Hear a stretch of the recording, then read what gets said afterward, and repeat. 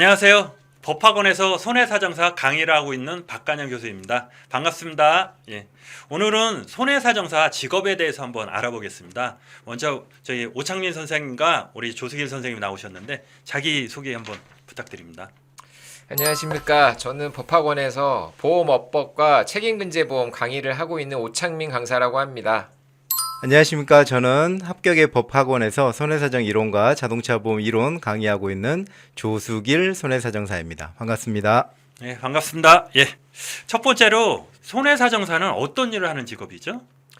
저는 손해사정사를 이제 여러분들 축구 좋아하시는 분들 많이 계실 텐데 축구를 비유를 좀 해보고 싶어요. 축구에 보면 공격수도 있고 수비수도 있고 미드필더도 있는데 공격수는 나가서 골을 넣어야 되는 입장인 거고 수비수는 골을 덜 먹히기 위해서 수비를 해야 되는 입장인데 보험으로 치자면 영업이라든지 마케팅이 저는 공격수라고 생각을 합니다. 매출을 일으켜야 되니까. 그러면 손해사정사는 최후방 수비수의 역할을 한다. 보험금의 누수를 막고 잘못된 그릇된 보험금이 지출되는 것을 막기 위한 것이 손해사정사의 역할입니다. 그렇죠. 그렇다고 해서 보험금을 무조건 안 주냐 또 그건 아니에요. 우리가 축구하다 보면 메시나 손흥민 선수가 골 찼어. 누가 막아요? 정당하게 들어갈 골은 어쩔 수가 없는 겁니다. 그와 마찬가지로 보험금도 정당한 권리를 청구하는 것이라면 당연히 지급을 해야 되겠죠. 다만 그러한 통체적인 역할을 봤을 때 저는 축구의 수비수와 가장 가까운 포지션이 아닌가라는 생각이 들고 이거를 저희가 구체적으로 보험업법상의 정의를 한 게 있어요. 손해사정사의 역할이라고 해서 첫 번째가 손해 발생 사실을 확인하는 거 그리고 두 번째는 보험 약관 및 관계 법규의 적정성을 판단하는 거 그리고 세 번째 손해사정의 꽃이죠. 보험금 및 손해액을 결정하는 거. 그리고 네 번째가 서류 작성 및 제출 대행입니다. 그리고 마지막으로 의견 진술을 한다. 이 다섯 가지가 손해사정사의 역할이라고 규정을 하고 있습니다. 네, 잘 들었습니다. 그럼 두 분 선생님 그 손해사정사 일하면서 뭐 계기나 동기는 어떻게 되시죠? 손해사정사를 접한 계기를 먼저 말씀드리면 좋겠는데요.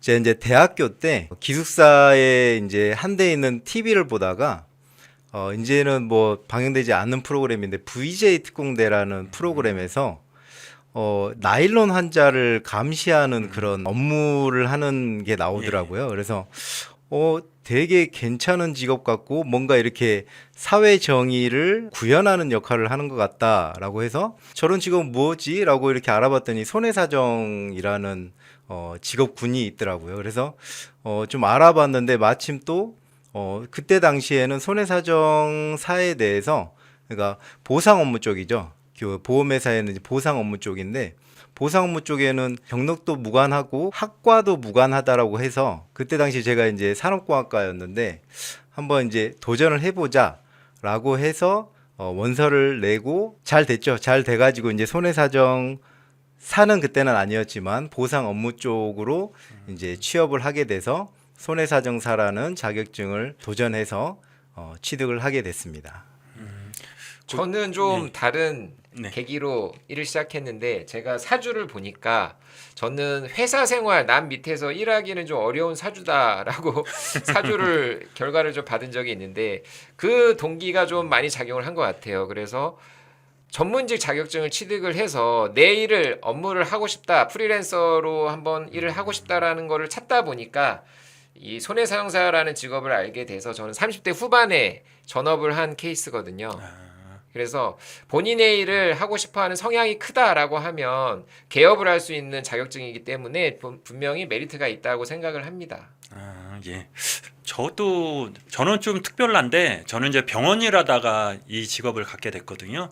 병원 일에서 환자하고 상담을 하다 보니까 이쪽 지식이 좀 부족해가지고 조금 공부를 하다 보니까 손해사정사라는 게 있더라고요. 그래서 공부해서 운 좋게 합격을 하고 여기서 강의를 하게 됐습니다. 제가 알기로는 조수길 선생님은 보험회사에서 네네. 보험회사에서 10년 근무하다가 이제 나와가지고 독립손해사정사로 지금 일한 지 만 12년 차네요. 독립손해사정사로 12년 차로 근무하고 있습니다. 그리고 지금은 독립손사. 네네네.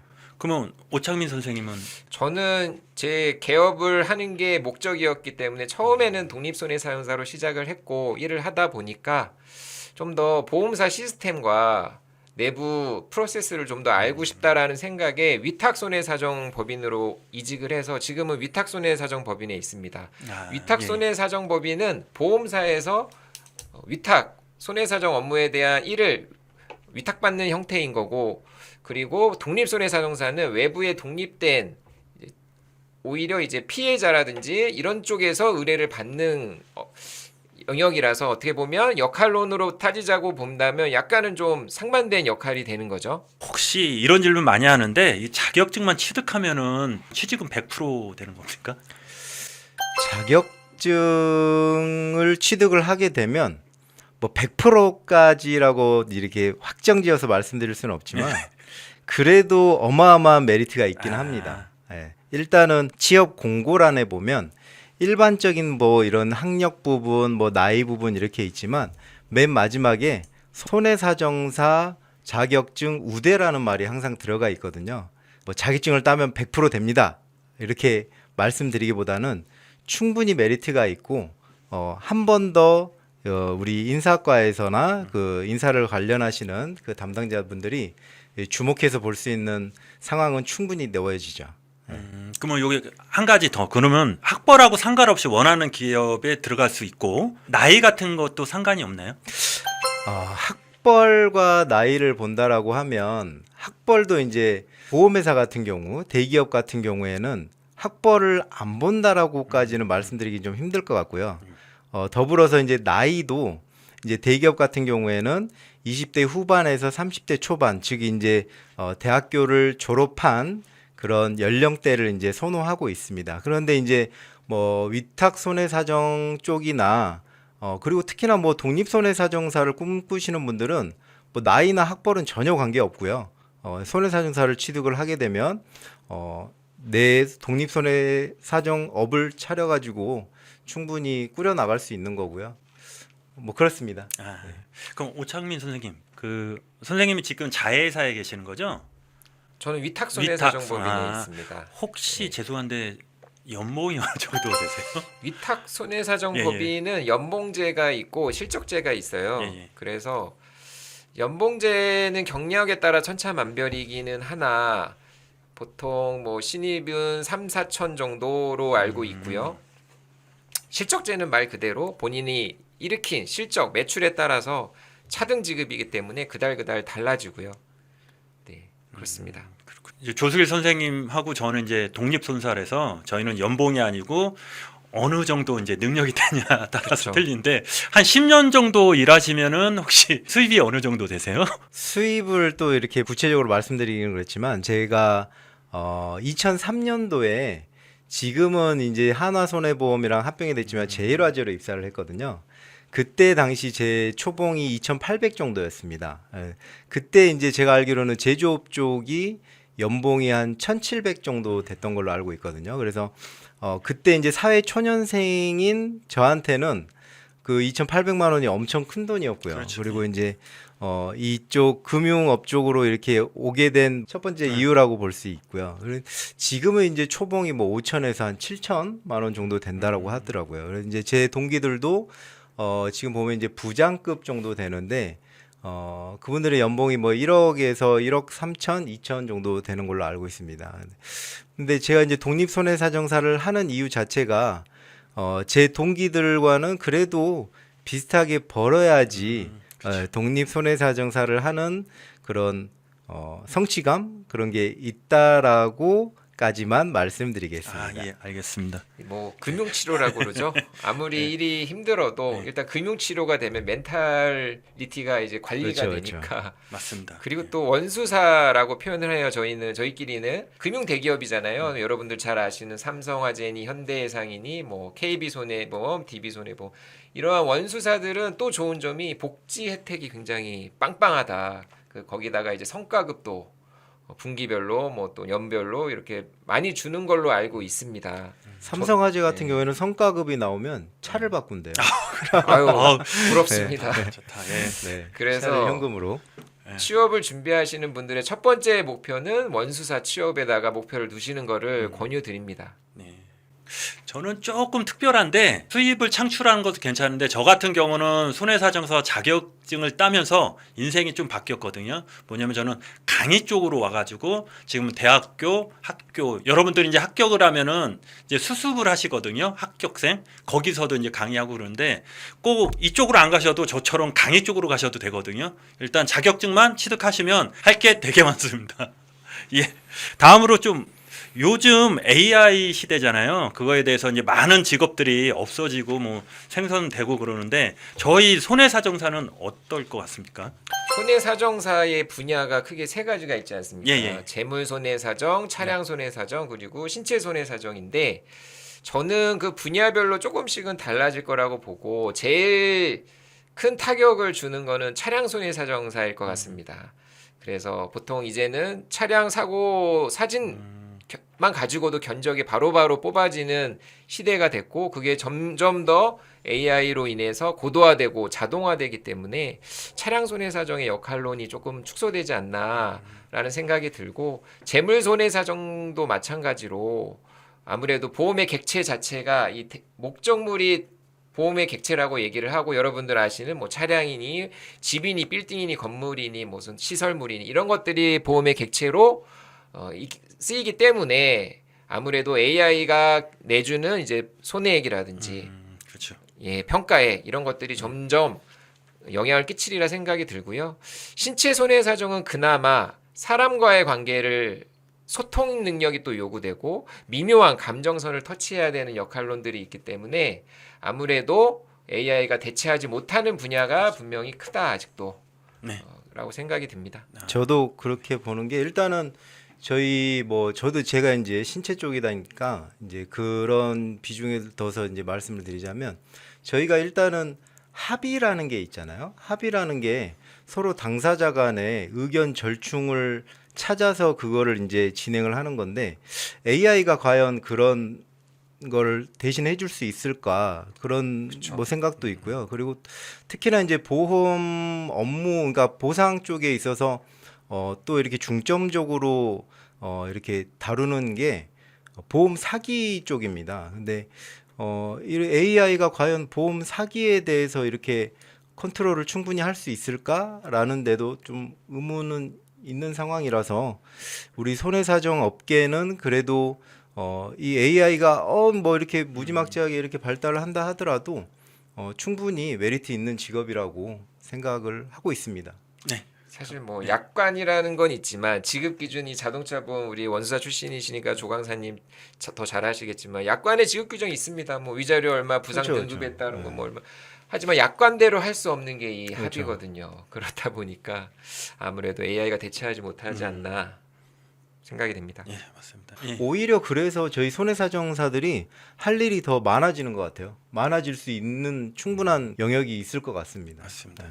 그러니까 저희가 그 손해사정사가 이제 세 분야거든요. 원래 신체, 재물하고 차량인데 실적으로 이렇게 보시면 저는 그래요. 이제 제가 신체라서 그런 게 아니고 신체 쪽이 지금 아무래도 인원수도 많고 할 일도 많고 그런 것 같고 그 재물 쪽도 많지만 제 생각에는 이제 재물이나 차량은 약간 이제 조금 작아지고 저희가 크지 않을까.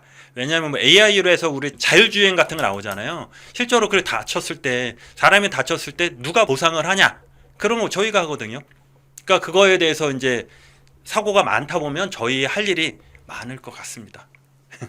그리고 다음 질문은 뭐냐면은 지금 이제 선생님들이 이제 자회사에 계시고 여기 독립손사인데 혹시 차이점이나 저희 이제 여기 자격증에 관심이 많은 분들이 있는데 이분들이 이제 나이가 어리신 분하고 나이가 어느 정도 있으신 분 그분들이 어디로 취업하면은 유리할까요?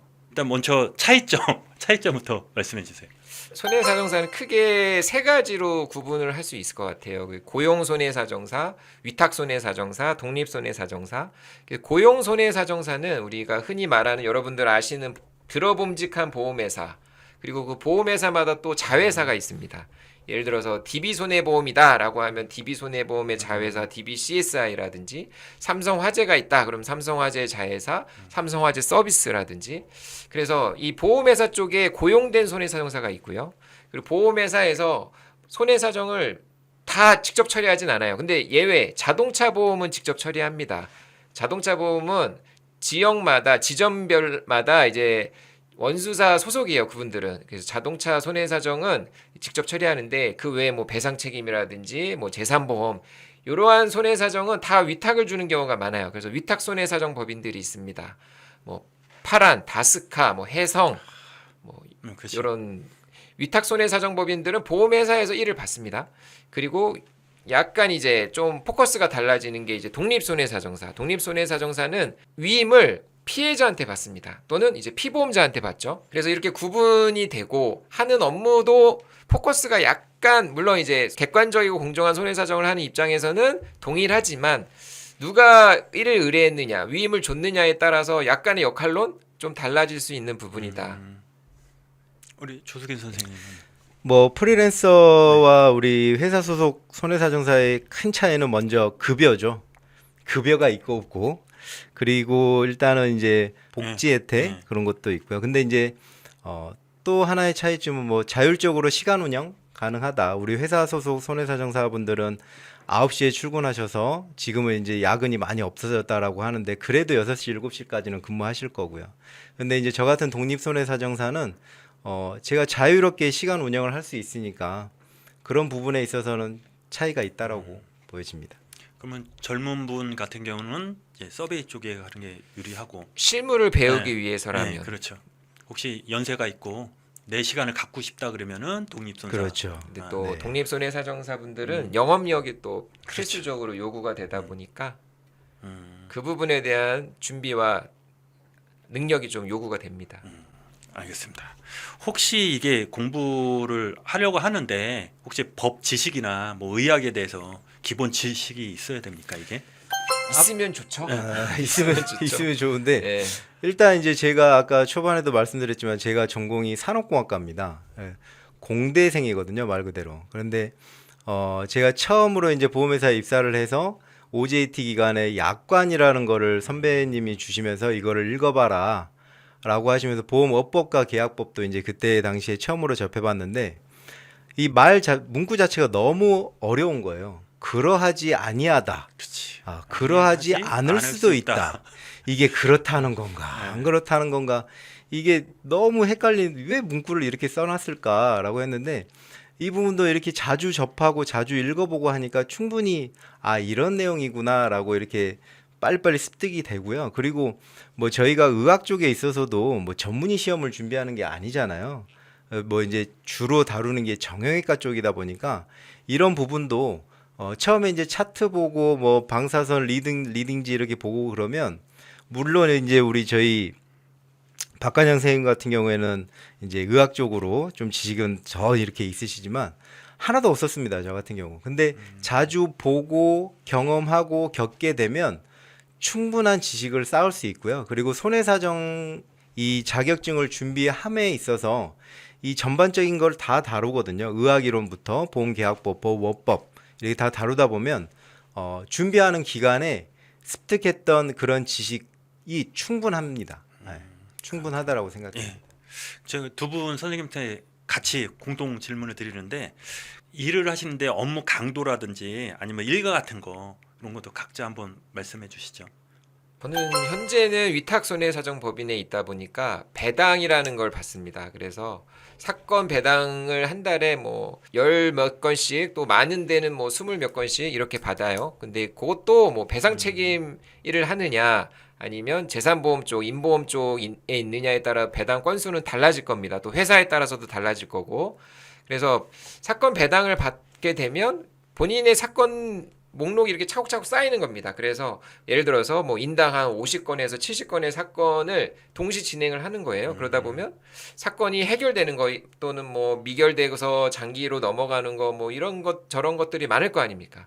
그러다 보니까 스케줄링을 본인 스스로 하는 거예요. 그래서 내가 이번 달에 종결할 수 있는 사건 또는 뭐 다음 달로 넘기는 사건 그리고 이번 달에 진행해야 되는 사건 이런 것들에 대한 스케줄링을 본인이 하고 그 안에서 현장 조사해야 되고 피해자 또는 뭐 면담해야 되고 그리고 또 보험사에 제출해야 될 보고서 작성해야 되고 여러 가지 이제 프로세스가 필요합니다. 그 각각의 사건들에 대한 프로세스를 또 본인이 스케줄링을 해야 돼요. 그러다 보니까 내가 면담 시간, 또 들어와서 사무실 들어와서 보고서 쓸 시간 이런 것들에 대해서 스스로가 컨트롤 해야 된다. 그래서 일정 관리가 굉장히 중요합니다. 그래서 저 같은 경우에는 보니까 사람마다 다른데 면담을 오전에 하고 오후에 보고서 쓰는 사람 또는 반대로 오전에 머리가 맑을 때 보고서 쓰고 오후에 밖에 돌아다니는 사람 다 제각각입니다. 선생님은 저도 오차민 선생님이랑 뭐 일정은 거진 다 비슷한데 단 이제 큰 차이가 배당이 없다는 거죠. 배당 없이 제가 가지고 있는 이 업무들을 제가 이제 컨트롤하면서 하는데 이제 오차민 선생님께서 방금 말씀하셨지만 저는 이제 주로 오전에 레포트 즉 이제 보험회사에다가 보낼 서류들을 작성을 하고요. 오후에는 이제 현장 심사라든가 피보험자 면담 그리고 보험회사 직원들 면담하고 그리고 이제 영업을 뛰러 다닙니다. 네. 영어. 전에 자동차 보험 보상과에 있으실 때는 배당 얼마나 받으셨었어요? 제가 처음 신입사원 때는 똑같이 이제 배당을 받으니까 한 120건에서 150건 한 달에 받거든요. 한 네. 근데 이제 제가 중상 전담을 하면서 한 60건, 70건, 80건 정도 이렇게 컨트롤 했던 것 같아요. 근데 이제 중상권 같은 경우에는 그닥 바쁘지는 않아요. 바쁘지는 않고 그리고 또 특히나 이제 사고가 난 이후에 뭐 다들 아시겠지만 6개월이 경과돼야 뭐 장애라든지 그런 네, 판정을 할 맞습니다. 수가 있으니까 중상 전담을 하면서 바쁜 건 없었는데 이 스트레스가 어마어마합니다. 일단 이제 뭐 경상 환자들 같은 경우에는 뭐 합의금 100만 원, 뭐 200만 원, 뭐 단돈 10만 원 가지고 싸우지만 뭐 싸운다는 표현이 좀 그렇지만 이제 이 중상권 같은 경우에는 단위가 틀려지잖아요. 1,000만 원대 뭐 억대도 나오고 그러니까 이 업무에 대한 스트레스가 그때 좀 많았던 것 같아요. 네. 뭐 지금은 괜찮아지셨어요? 지금도 뭐 케이스 바이 케이스입니다. 뭐 이제 큰 건들 같은 경우에는 업무 강도가 좀 세고요. 보험회사 있을 때 스트레스 강도가 100이라면 지금은 몇 정도인 거예요? 지금은 그래도 한 60, 네, 60 정도인 것 같아요. 워라밸을 찾으시는 거. 찾아야죠. 그치. 찾으려고 나왔고. 그 두 분 실무에 계시니까 요즘 뭐 실무에서 특히 부각되는 분야가 있나요? 뭐 청구가 많이 오거나 요새 뭐 이슈되는 것들? 제가 이제 갑자기 질문하니까 잘 생각 안 나는데 예전 같은 경우에는 이제 우리 장애 관련해서 디스크 장애가 있잖아요. 척추 디스크 질환으로 뭐 수술이나 시술을 받았을 때 청구를 하게 되면 뭐 10% 15% 이렇게 이제 지급을 청구를 하게 되면 지급을 받고 뭐 이렇게 진행을 했는데 지금 이제 어떤 보험회사에서 태스크포스를 또 이렇게 하면서 척추체 질환 이제 디스크 장애는 지급하지 말자라는 또 그렇죠. 예, 같은 경우. 네네네네. 꼭 집어서 이야기해도 됩니까? 근데 이제 저희 이제 독립손해사정사 업계에서는 거기 이제 보험회사에서 이런 일을 시작하니까 또 다른 보험회사에서도 또 따라하겠구나. 라고 해서 이제는 디스크도 한물 갔다. 네, 그렇죠. 라고 이제 조금 이슈되고 있습니다.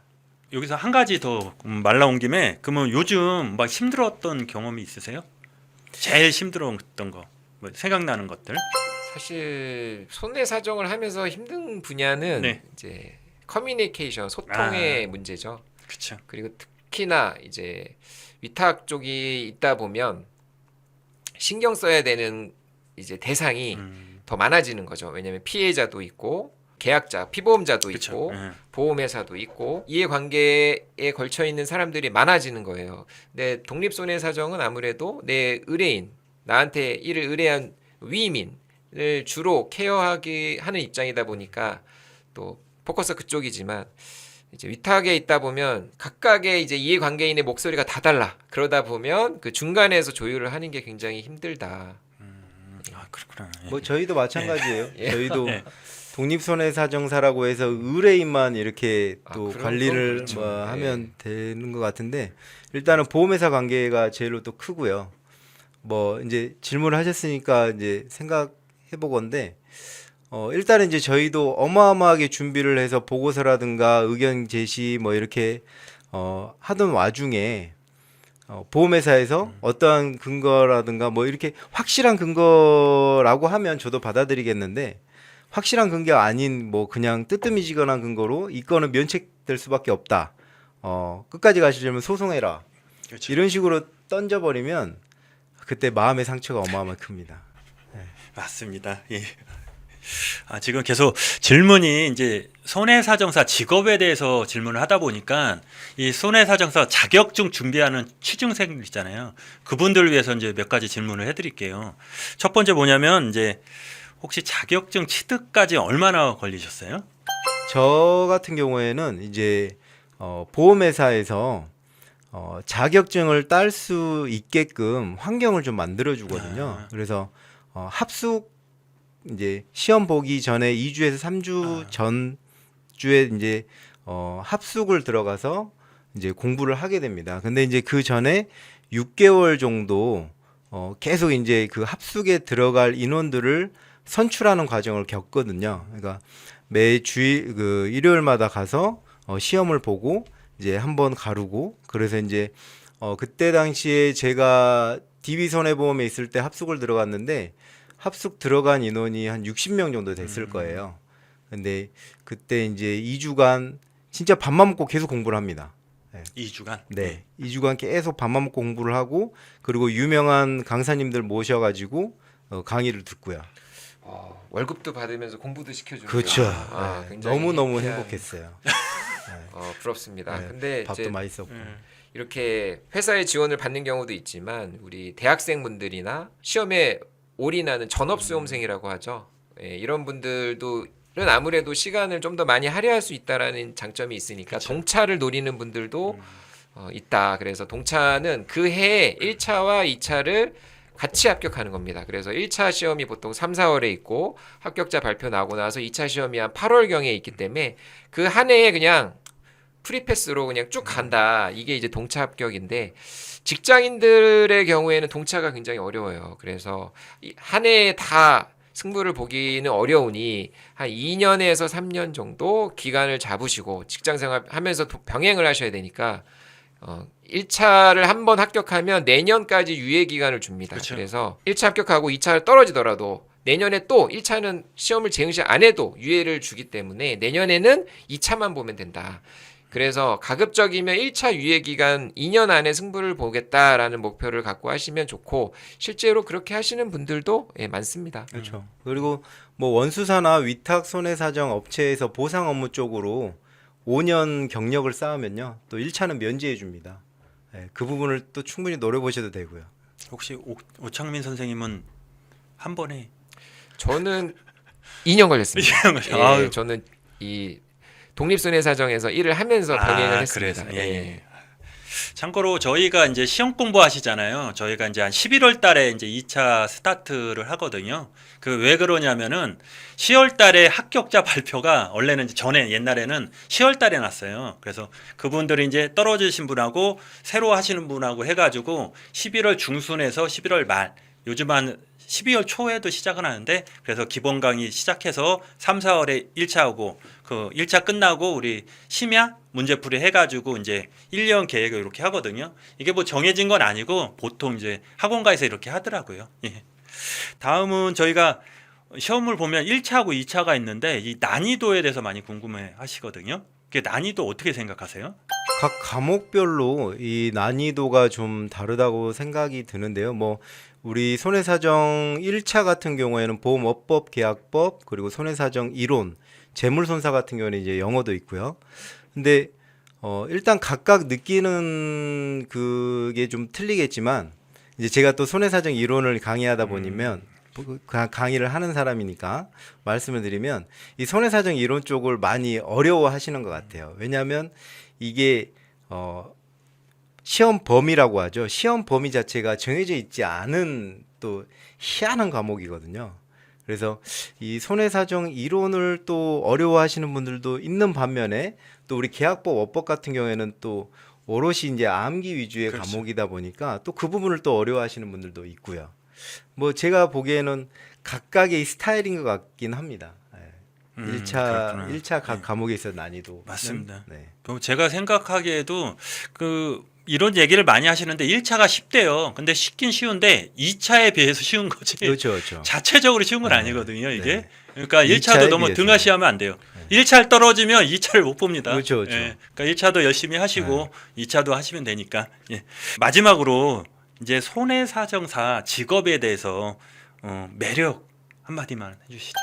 일에 관련해서는 정당한 음. 피보험자 또는 피해자의 정당한 권리를 찾아주는 어떤 성취감과 보람을 느낄 수 있는 직업이다라고 생각이 들고, 그 외적으로 이제 일적인 부분 외에 자아 실현의 또 하나의 도구가 될 수 있다라고 생각을 하는데, 저 스스로가 사실은 제 일을 하고 싶어서 찾은 게 사실 이 손해사용사 자격이고, 또 본인의 개업을 할 수 있다 라는 메리트가 있기 때문에 자아 실현의 도구가 될 수 있다라는 측면, 그리고 일적으로는 내가 보람을 느끼면서 할 수 있다. 그래서 저는 그 두 그렇죠. 가지를 말씀드리고 싶습니다. 조수길 선생님. 저도 이 독립 손해사정사를 하면서 놓치지 말아야 될 게 직업 의식이라고 생각하거든요. 근데 제가 가지고 있는 직업 의식은 일단은 저에게 의뢰한 의뢰인들에게 도움을 주자라는 겁니다. 뭐 그분들이 뭐 보험회사든 뭐 가해자든 뭐 이런 분들한테 상처를 기본적으로 입은 분들이잖아요. 그러면 이제 그분들이 도움을 필요로 해서 저를 찾았을 때는 그분들한테 끝까지 도움이 되는 일을 하자라는 직업 의식을 갖고 일하고 있습니다. 이게 저는 손해사정사의 매력인 것 같아요. 저도 한마디 하면은 저는 그 생각을 해요. 저희 나라에서 자격증을 취득해가지고 내 이름으로 사업자를 낼 수 있는 게 몇 개 되나. 근데 있긴 있겠죠. 근데 밥벌이를 할 수 있냐 그거거든요. 근데 손해사정사는 가능합니다. 저희가 나중에 60, 70, 80이 돼도 말만 할 수 있으면, 도장만 찍을 수 있으면, 타자만 찍을 수 있으면 평생 저희가 할 수 있는 직업이라고 생각합니다. 진짜 매력 있는 직업입니다. 뭐 컴퓨터 하나, 프린터 하나 있으면 바로 시작할 수 있으니까. 맞습니다. 그러니까 매력이 없으면 저도 2003년도부터 지금 25년이니까 22년 차 하고 있거든요. 매력이 없으면 못 합니다. 이제 마지막으로 제가 이제 손해사정사 준비를 많이 하시는데 그분들께 한마디 해주시죠. 손해사정사는 제 생각에는 멀티플레이어로서 역할을 할 수 있으면 가장 베스트다. 예, 그래서 손해사정사는 이성적인 사고도 해야 돼요. 분석도 해야 되고, 사고 사실 확인, 원인 관계, 뭐 책임 여부, 뭐 또 약관의 적정성 판단, 이러한 분석적인 사고도 해야 되고, 또 감정선을 미묘하게 이제 피해자라든지 피보험자의 감정선을 터치하는 어떤 소통의 능력도 있어야 되고, 그리고 활동성, 또 멘탈적인 부분, 여러 가지 부분에서 종합적인 사고력과 실행력, 판단력을 요구하기 때문에 멀티플레이어가 되는 사람이 가장 적합하고 또 필요로 한다. 그래서 여러분들도 내가 만약 손해사정사가 된다라고 도전을 한 마음이라고 한다면, 내가 멀티플레이어가 돼야 되겠다라고 생각을 한다면 충분히 승산 있고 매력 있는 직업이 되지 않을까라는 생각이 합니다. 맞습니다. 저 같은 경우에는 손해사정사를 도전을 하신다라고 하면 일단 공부를 시작하십시오. 공부를 시작하시고, 그리고 손해사정사 같은 이 자격증은 일단 인강이 좀 필요해요. 저희 같은 강사진에 도움이 좀 필요합니다. 혼자 공부하기에는 무조건 제약이 좀 있어요. 한계가 있다라고 봅니다. 그래서 제가 우리 합격의 법학원 수강생들에게 매번 처음 시작과 마지막에 이렇게 말씀드리는 게 있는데, 일단은 100명의 주자들이, 마라톤 주자들이 뛰기 시작했을 때 이 골인점에 들어오는 사람들은 10명밖에 안 된대요. 그래서 제가 항상 우리 합격의 법학원 수험생 여러분들한테 마지막 강의 시간에는 꼭 뭐라 말씀드리냐면, 우리가 꼭 그 10%에 들어갈 수 있는 사람이 됩시다 라고 말씀을 드리고 있습니다. 그러니까 일단 시작하시고, 인강은 합격의 법학원에서. 맞습니다. 네. 이제 마지막으로 말씀드리면 어떤 강사가 좋고 어떤 책이 좋냐 그거 따질 시간에 일단 시작하세요. 무조건 시작해서 공부하십시오. 손해사정사 힘들어요. 어려워요. 그만큼 값어치가 있습니다. 여러분 도전을 하세요. 저희가 도와드리겠습니다. 지금까지 손해사정사 직업에 대해서 말씀드렸는데요. 이제 마지막 인사드리겠습니다. 시험 준비는 학교 합격의 복학원에서 만나요.